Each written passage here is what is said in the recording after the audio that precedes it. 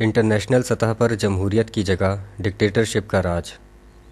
Column نگار Syed Sardar Ahmed Pirzada, the first blind journalist of Pakistan, APNS best Urdu column award holder, روزنامہ نئی بات، مورخہ 23 فروری 2019۔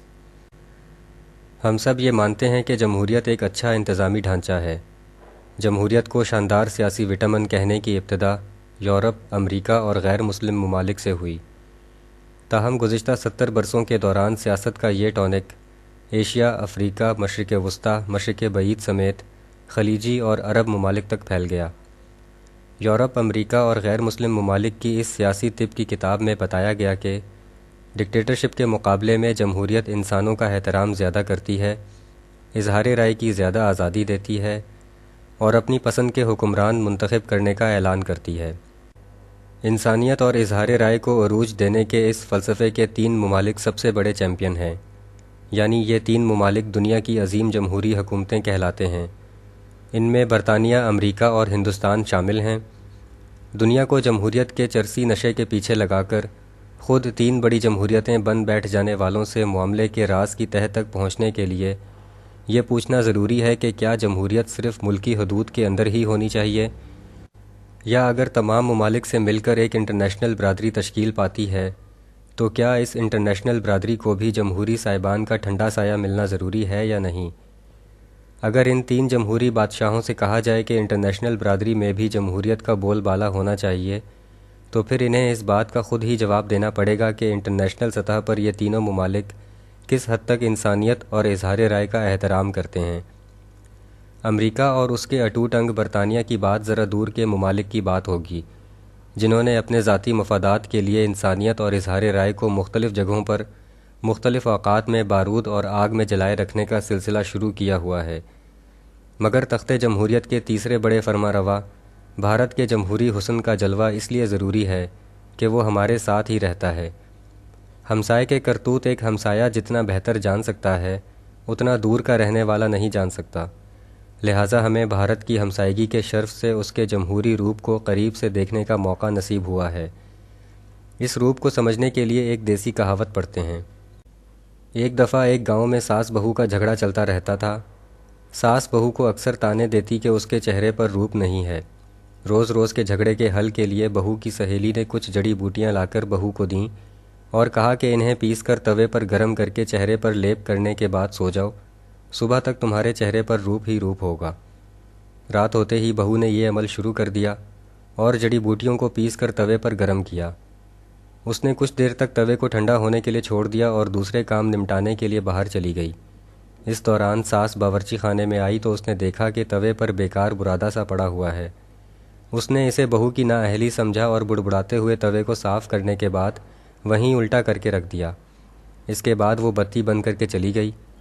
تھوڑی دیر بعد بہو باورچی خانے میں آئی تو اس نے اس خوف سے بتی نہ جلائی کہ کہیں ساس کو پتہ نہ چل جائے۔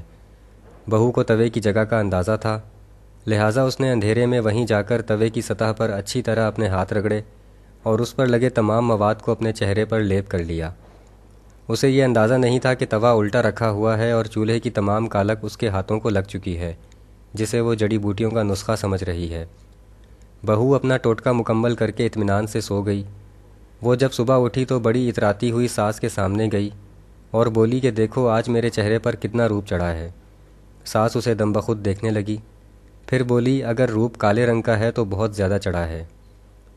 بھارتی جمہوریت کے روپ کی ایک جھلک آسام، ناگالینڈ، تریپورہ، میزورام، نکسل ماؤ، تامل، خالستان اور مقبوضہ کشمیر میں دیکھی جا سکتی ہے۔ اگر جمہوری روپ کا رنگ کالا ہے تو بھارت نے اپنے چہرے پر کالک دل کھول کر مل لی ہے۔ بھارت سے جان چھڑا کر آزادی حاصل کرنے کی خواہش رکھنے والی یہ 8 ریاستیں بھارت کے اندر کی جمہوریت کے ریپ کا کھلا نظارہ ہیں۔ تقریباً 2 دہائیوں بعد سکھوں کی آزادی کی تحریک خالستان موومنٹ بھارت سے باہر پوری دنیا میں جتنی متحرک ہو چکی ہے وہ اس سے پہلے کبھی نہ تھی۔ خالستان موومنٹ کا یہ لاوا آئندہ چند برسوں میں بھارت کے لیے فرعون کے گھر موسیٰ ثابت ہوگا۔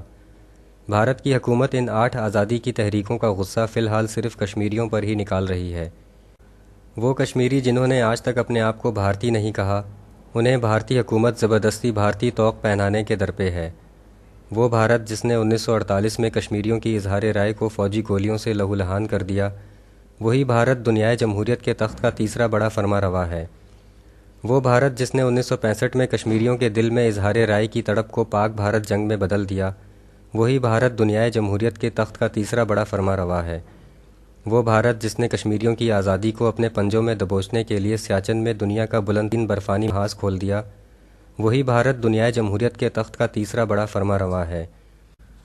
وہ بھارت جو 70 برسوں سے کشمیری بوڑھوں، کشمیری عورتوں، کشمیری نوجوانوں، کشمیری لڑکوں، کشمیری لڑکیوں اور کشمیری بچوں کا خون پی پی کر اپنے چہرے پر بدترین لعنت کی کالک مل چکا ہے، وہی بھارت دنیائے جمہوریت کے تخت کا تیسرا بڑا فرما روا ہے۔